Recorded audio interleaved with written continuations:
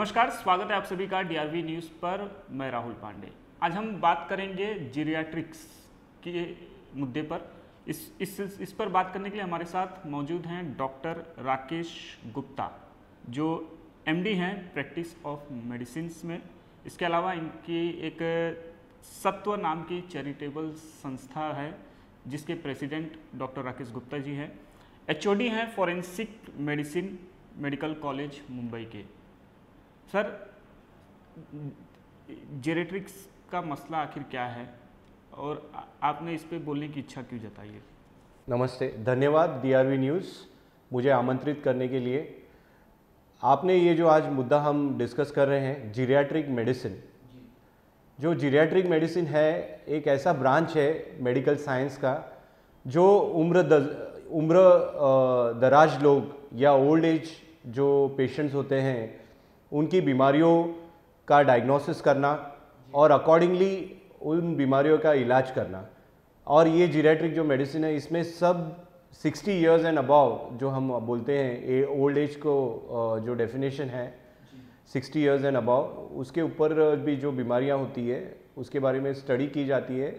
और इस ब्रांच की जो स्थापना जो की गई है मेडिकल साइंस में इस हेतु से की गई है ताकि जो ओल्ड एज पेशेंट्स है या सीनियर सिटीजन्स है उनको प्रॉपर मेडिकल केयर प्रोवाइड किया जा सके, प्रॉपर मेडिकल ट्रीटमेंट दिया जा सके, इसलिए इस ब्रांच की स्थापना की गई है। जीरियाट्रिक मेडिसिन का जो अर्थ है, आप इसको परिभाषित कर पाएंगे, समझा पाएंगे आखिर क्या है इसका पूरा एग्जैक्टली मीनिंग क्या है इसका? ये जो जीरियाट्रिक जो वर्ड है इसका मतलब ऐसा है कि जो पेशेंट, जो इंसान जिसकी उम्र 60 इयर्स एंड अबव है वो इस ब्रांच के तहत उनकी बीमारियां कवर की जाती हैं, उस बीमारियों के बारे में स्टडी किया जाता है और वहाँ पे उन बीमारियों की जो प्रॉब्लम्स है, जो ट्रीटमेंट है वो दी जाती है। एग्जाम्पल हम ऐसे कह सकते हैं कि जो एक और ब्रांच होता है हमारे मेडिकल साइंस में, पीडियाट्रिक्स कहते हैं, जिसमें बच्चों की बीमारियां कवर की जाती है। उसी तरह से जीरियाट्रिक मेडिसिन है, इसमें ओल्ड एज रिलेटेड बीमारियां कवर की जाती है। आजकल ऐसा है कि जीरियाट्रिक जो मसले हैं बढ़ते ही जा रहे हैं, इसलिए मेडिकल साइंस ने एक फील्ड ही तैयार कर दी है ताकि किसी भी तरह की नज़रअंदाजगी या बोले कि नेग्लिजेंस नहीं होना चाहिए, उनकी हेल्थ को प्रिजर्व किया जा सके, because they are part of our society. इसलिए जीरियाट्रिक मेडिसिन का ये डिस्कवरी की गई है या एक ब्रांच स्थापित किया गया है। आपने कहा कि जीरियाट्रिक मेडिसिन खासतौर पर इसका जो वो है असर बुजुर्गों पर ज़्यादा तौर पर फोकस रहता है, तो इसमें कौन कौन सी बीमारियां जो हैं वो कवर होती हैं जीरियाट्रिक मेडिसिन में, खासतौर पर अगर बुजुर्गों की बात की जाए तो?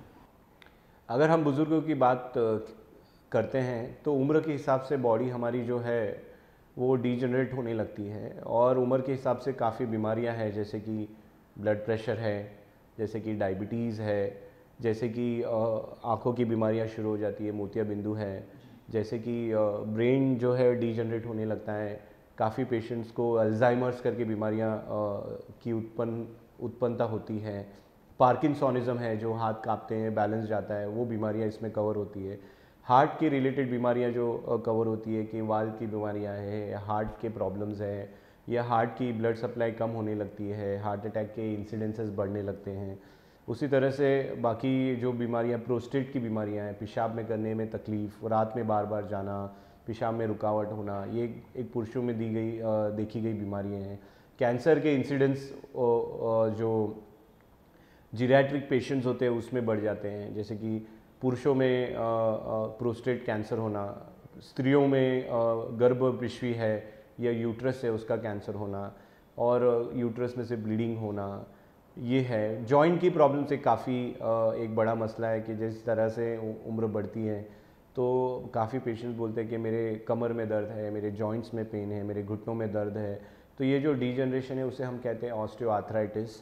ये बीमारियां काफ़ी देखी जाती है और इससे क्या होता है कि पेशेंट की जो रोज़मर्रा की जो ज़िंदगी होती है उसमें कामकाज करने में काफ़ी दिक्कतें आने लगती हैं और काफ़ी दिक्कतें आती है, पेशेंट काम नहीं कर पाता है। कभी कभी ऐसा भी देखा गया है हम जब मेडिकल हिस्ट्री लेते हैं कि पेन है, पेन की वजह से वो इंसान बराबर से नहीं चल पाता और उसी वजह से कहीं ठोकर लगना, कहीं धक्का लगना और वो गिर जाना, और उसके बाद जो है प्रॉब्लम शुरू हो जाती है, उन्हें फ्रैक्चर निर्माण होता है और वो फिर बेड रिडन हो जाते हैं और कॉम्प्लिकेशन शुरू होने लगती है। तो यहाँ पे ये जो है, ये जो ब्रांच है उसमें ये देखा जाता है कि जो पेशेंट है उनकी जो एजिंग प्रोसेस है उसे क्वालिटेटिवली हैंडल किया जाए। उनकी एजिंग एक हेल्दी एजिंग के तरह से होनी चाहिए। कहीं भी किसी तरह की कमी जो है उसे करेक्शन दिया जाना चाहिए। कहीं भी किसी भी तरह की अगर आपको लगता है पेन है बॉडी में, उसे दवा के ज़रिए उस पेन को रिलीव करना चाहिए। कहीं लगता है कि पेशेंट काफ़ी दिनों से मोबिलाइज नहीं हो रहा है तो उसे मूवमेंट करना, उसकी मोबिलिटी को रिस्टोर करना फिजियोथेरेपी के माध्यम से दिया जाता है जी। और इस तरह से पेशेंट का ये हमारी हेतु होती है कि उनकी जो मोबिलिटी है और उनकी जो डेली रूटीन है उसे रिस्टोर किया जाए। जितना हो सके उन्हें बेड रिडन ना होने की नौबत आए, ये हम देखते हैं। कारण एक बार पेशेंट जो अगर बेड रिडन होता है या बिस्तर पकड़ लेता है, बेड रिडन का मतलब बिस्तर पकड़ लेता है, तो कहीं ना कहीं तरह से इन्फेक्शंस बॉडी में घुसने लगते हैं, जैसे कि निमोनिया हो जाना, पेशाब की इन्फेक्शन होना, फिर उसके बाद ये एक के बाद मसले निर्माण होने लगते हैं और कॉम्प्लिकेशन होने लगती है। तो ये पूरा जो ब्रांच है इसमें यही देखा जाता है कि हम पेशेंट को उनके उम्र के हिसाब से किस तरह से स्वस्थ रखें और उनकी जो एजिंग प्रोसेस है उसे एक नज़ाकत से उसे संभाले रखें और उनके जो नैसर्गिक तौर पे उनके जो भी एक्टिविटीज़ है उसे प्रिजर्व करें या उसे संभाल के रखें। ये हमारा एक बहुत ही इम्पॉर्टेंट ऑब्जेक्टिव होता है जब हम पेशेंट्स को ट्रीट करते हैं। जीरेट्रिक मेडिसिन में जो एज ग्रुप जो शामिल है वो सिर्फ बुजुर्ग ही हैं या फिर अन्य एज ग्रुप के भी लोग भी इसके अंदर आते हैं, अंतर्गत आते हैं? जैसे कि मैंने आपको बताया कि जीरियाट्रिक जो है वो 60 years and above old age वो एक ब्रांच है। इसका मतलब ये नहीं है कि जैसे कि अब हम एग्जांपल बोल रहे हैं उम्र के हिसाब से डायबिटीज़ निर्माण होती है, ऐसा नहीं है कि डायबिटीज़ यंग पेशेंट्स में नहीं होती है। मगर ये जो ब्रांच का एक डिफरेंट या इंडिपेंडेंट जो इसमें इंक्लूड किया गया है इस सेक्शन के अंडर, इसकी एक ही हेतु है कि ओल्ड एज जब एक बार शुरू होती है तो डायबिटीज़ निर्माण होता है और उसके साथ साथ काफ़ी अनेक बीमारियां भी शामिल हो जाती है। तो उसमें जो स्पेशलिस्ट होते हैं जीरियाट्रिक मेडिसिन के, जो मॉडर्न मेडिसिन के स्पेशलिस्ट होते हैं, और जैसे कि मैं होम्योपैथी से जीरियाट्रिक पेशेंट्स का इलाज करता हूँ, तो इसमें ये देखा जाता है कि हमें ये तजुर्बा होता है कि भाई कॉम्बिनेशन ऑफ बीमारियाँ क्या क्या आ रही है। अगर पेशेंट को इन्फेक्शन है तो हमें पता चलता है कि भाई उनके इलेक्ट्रोलाइट इम्बैलेंस है क्या, इन्फेक्शन की वजह से हमारे किडनी का इम्बैलेंस हो रहा है क्या, या अनेक किसी और तरह की हिडन डिजीज़ है क्या। तो ये हमें पूरा जब पेशेंट की हम इन्वेस्टिगेशंस करते हैं, जब हिस्ट्री लेते हैं, जब ऑब्जर्वेशन करते हैं, हमें उसका अंदाज़ा आ जाता है और उसी तरह से हम पेशेंट्स को हैंडल करते हैं और उसी तरह से हम पेशेंट्स की ट्रीटमेंट करते हैं। तो ये अपने आप में एक स्पेशलिटी है, एक स्पेशल ब्रांच है। जिस तरह से हम न्यूरोलॉजी कहते हैं, जिस तरह से हम कहते हैं नेफ्रोलॉजी, जैसे कि किडनी के स्पेशलिस्ट होते हैं, उसी तरह से आजकल एक नया जो ट्रेंड है कि जीरियाट्रिक्स ये जो है एक स्पेशलिटी ब्रांच है, खासतौर पर बुजुर्गों के लिए बात करें तो। यस। आप पेशे से डॉक्टर हैं और आपकी संस्था भी है सत्व चैरिटेबल संस्था, तो आप लोगों ने किस तरह का काम जो है खासतौर पर बात करें तो इस विषय पर प्रधान किया है? इस हमारा जो संस्था है सत्व चैरिटेबल संस्था, यहाँ इस संस्था के माध्यम से हम ये देखते हैं, एक तो पहले तो अवेयरनेस जो है वो जगाया जाए अपने आसपास के लोगों में, डिफरेंट क्लब्स के माध्यम से या डिफरेंट एनजीओ के माध्यम से, कि जीरियाट्रिक मेडिसिन एक बहुत ही इम्पोर्टेंट मसला है और जो ओल्ड एज रिलेटेड, जो सीनियर सिटीज़न रिलेटेड जो प्रॉब्लम्स होती है, काफ़ी बार जो निगलेक्ट की जाती है, या काफ़ी बार जो यंग एज ग्रुप होता है अपने काम में इतना मशरूफ़ होता है, काम में इतना बिजी होता है कि जो अपने जो ओल्ड एज पेरेंट्स है या रिलेटिव्स है उनके ऊपर ध्यान नहीं दे पाता है। और काफ़ी बार ऐसा होता है कि पेशेंट्स के अंदर, जीरियाट्रिक पेशेंट्स के अंदर बीमारियां धीरे धीरे पनपने लगती है और सडनली एक दिन हमें पता चलता है कि वो पेशेंट बेहोश हो गया या चक्कर आके गिर गया, या वो मतलब रात में गिर गया, फ्लोर पे पड़ा हुआ है और 12-15 घंटे तक लोगों को पता ही नहीं चला। तो ये सब जो इश्यूज़ है इसके रिलेटेड हमने अवेयरनेस ड्राइव शुरू किए। तो हम डिफरेंट क्लब्स हैं, एनजीओज़ हैं, वेबिनार्स के माध्यम से या सेमिनार के माध्यम से उन्हें अवेयरनेस क्रिएट करते हैं कि ये बहुत इंपॉर्टेंट ब्रांच ऑफ मेडिसिन है।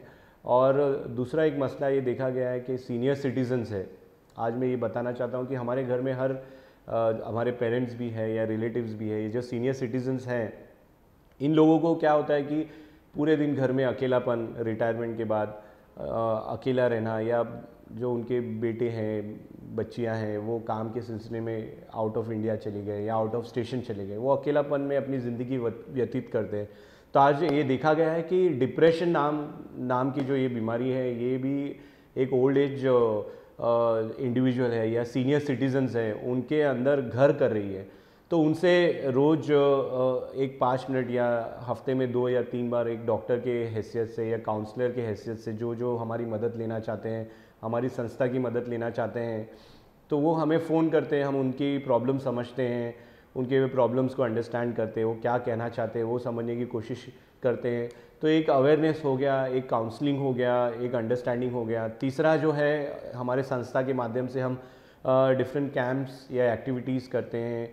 ओल्ड एज पेशेंट्स को स्क्रीनिंग करना, जिस तरह से ब्लड प्रेशर चेक करना, रूटीन शुगर चेक करना या ईसीजी देख लेना, तो ये उनकी जो स्वास्थ्य की जो आज की परिस्थिति क्या है उसके बारे में जानकारी हासिल कर लेना, ये करते हैं। दूसरा, हमारे संस्था ने ओल्ड एज होम्स है, यहाँ पे हमने अभी बीच में कोरोना काल जो चल रहा है उसमें प्रिवेंटिव मेडिसिन जो है वो पहुँचाई, वो उपलब्ध की। होम्योपैथी की जो मेडिसिन है या जो विटामिन सी है, ये सब हमने उपलब्ध करा के दी, ताकि उनका जो स्वास्थ्य है वो बना रहे और वो काफ़ी ये कोरोना के जो काल है, ये वायरस है, इनसे थोड़ा उन्हें प्रोटेक्शन मिले। और चौथी, अगर पेशेंट जब बीमार हो जाता है, जिसे ट्रीटमेंट उस समय ट्रीटमेंट करना बहुत इम्पॉर्टेंट हो जाता है। और इस ट्रीटमेंट के दौरान ऐसा, आज की सिचुएशन ऐसी है कि कोरोना के वजह से जो बुज़ुर्ग पेशेंट हैं वो एडमिट नहीं हो पा रहे। एडमिट होने के 2 कारण हैं। ये एक कारण ऐसा है कि कोरोना हो जाएगा इसलिए हमें एडमिट नहीं होना है, जो भी करना है आप घर में कर दीजिए, यानी ट्रीटमेंट एट होम। ये जो कॉन्सेप्ट है वो इन लास्ट 1 साल में काफ़ी तरह से इवॉल्व हुई है, डर के मारे ही सही।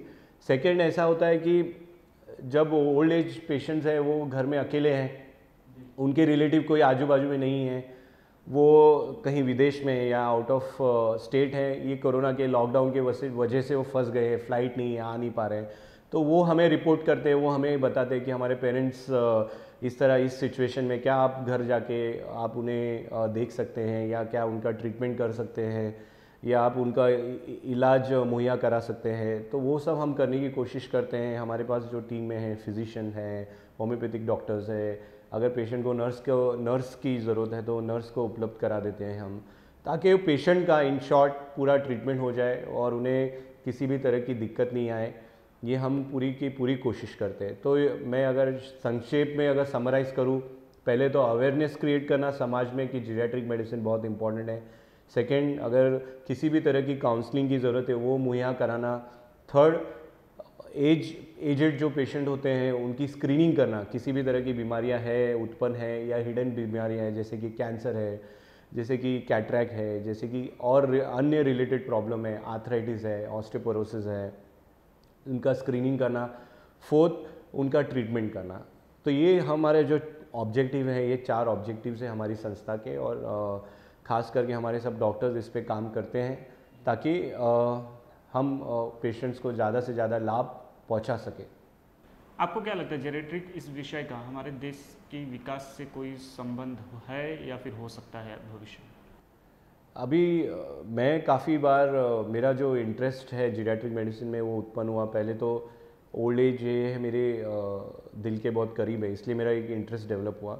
दूसरा, जब मैं at the back of the mind मैं जब सोचता हूँ, आज हमारी जो इंडिया है, हमारी जो कंट्री है, उसमें हेल्थ केयर फैसिलिटीज़ एक काफ़ी वर्ल्ड क्लास लेवल की फैसिलिटीज़ हम यहाँ पे प्रोवाइड करते हैं। तो उसमें ऐसा हो गया है कि पेशेंट्स का जो सर्वाइवल रेट है, जो उनकी लाइफ है, वो प्रोलॉन्ग हो गई है। तो उसके वजह से क्या होता है, अगर पेशेंट 58-60 में रिटायर्ड होता है और उनकी लाइफ सर्वाइवल रेट बढ़ गई है तो अप्रॉक्सीमेटली 90, 95, 100 हमने देखा है, न्यूज़पेपर्स में भी हम पढ़ते हैं कि पेशेंट्स 86 ईयर्स, 90 ईयर्स, 95 ईयर्स तक भी सर्वाइव हो रहे हैं, 100 ईयर्स तक भी टच हो रहे हैं। तो उसके वजह से जो है ओल्ड एज जो पॉपुलेशन है उनकी जो संख्या है धीरे धीरे आने वाले कुछ सालों में, 10 सालों में, 15 सालों में वो बढ़ने वाली है, क्योंकि हमारी हेल्थ केयर फैसिलिटीज़ काफ़ी अच्छी है, सुधार आ गया है और हम हर पेशेंट्स को अच्छी ट्रीटमेंट देके उनकी लाइफ को प्रोलॉन्ग करते हैं। तो उसके वजह से ये जो ब्रांच है जीरियाट्रिक मेडिसिन, उसकी जो ज़रूरत है, उसकी जो क्या बोलते हैं स्कोप जो बोलते हैं, उसे वो दिन ब दिन बढ़ने ही वाली है और हमें अन्य और काफ़ी डॉक्टर्स चाहिए जो इस ब्रांच पे काम कर सके और हमारे पेशेंट्स को सर्विस दे सके ताकि उनका सही तरीके से उनके स्वास्थ्य का ख्याल रखा जा सके। और ये एक बात हो गई। दूसरी बात ऐसा है, जब किसी भी कंट्री में ओल्ड एज पॉपुलेशन बढ़ती है जी, और एक लेवल के बाद जब ओल्ड एज और यंग एज पॉपुलेशन का जो इक्विलिब्रियम, अभी तो ओल्ड एज पॉपुलेशन कम है, धीरे धीरे जब बढ़ने लगेगी और यंग और ओल्ड एज के बीच का जो गैप है पॉपुलेशन का कम होने लगेगा, तब हमारी जो आर्थिक स्थिति है, भारत की जो इकोनॉमी है, हेल्थ इकोनॉमी है, उस पर भी इसका लोड आने लगेगा। क्योंकि जो यंग पॉपुलेशन है, ऐसा माना जाता है कि वो वर्क फोर्स होता है, वो टास्क फोर्स होता है और वो अर्निंग पोटेंशियल होता है और प्रगति का पोटेंशियल होता है हमारे नेशन के लिए। और जो ओल्ड एज होता है वो रिटायरमेंट की तरफ जाता है। तो हमें ये लार्जर रन में इनके स्वास्थ्य पे भी काम करना है और हमारे जो विशेषज्ञ है, जो इकोनॉमिक के विशेषज्ञ है, उन्हें ये भी ध्यान में रख के करना है कि हमें आगे हमारी जो कंट्री की इकोनॉमी को कैसे बैलेंस करना है और किस तरह से हमें हमारे जो ओल्ड एज जो और सीनियर सिटीज़न जो है उनसे उनकी प्रोडक्टिविटी को किस तरह से हमें बाहर निकालना है ताकि वो भी हंसी खुशी अपनी ज़िंदगी जी सके, वो भी उन्हें भी ऐसा महसूस ना हो कि हम भी डिपेंडेंट हैं। बिकॉज़ मेरा मानना है कि हमें जीरियाट्रिक मेडिसिन या ओल्ड एज से ज़्यादा हमें ये फोकस करना है हेल्दी एजिंग, ये जो कॉन्सेप्ट है उस पर फोकस करना है ताकि वो हमारे समाज में और का हिस्सा बने रहे और हमारे समाज में अपना योगदान देते रहे। शुक्रिया हमसे बातचीत करने के लिए। थे राकेश गुप्ता, जिनका साफ तौर पर मानना है कि आखिर ये जीरियाट्रिक्स होता क्या है और इसका असर किस तरह से पड़ रहा है और बुजुर्गों पर आने वाले समय में इसका किस तरह का असर जो है वो हो सकता है। फिलहाल के लिए इस खबर में इतना ही। इससे जुड़ी हर जानकारी के लिए बने रहिए हमारे साथ। नमस्कार।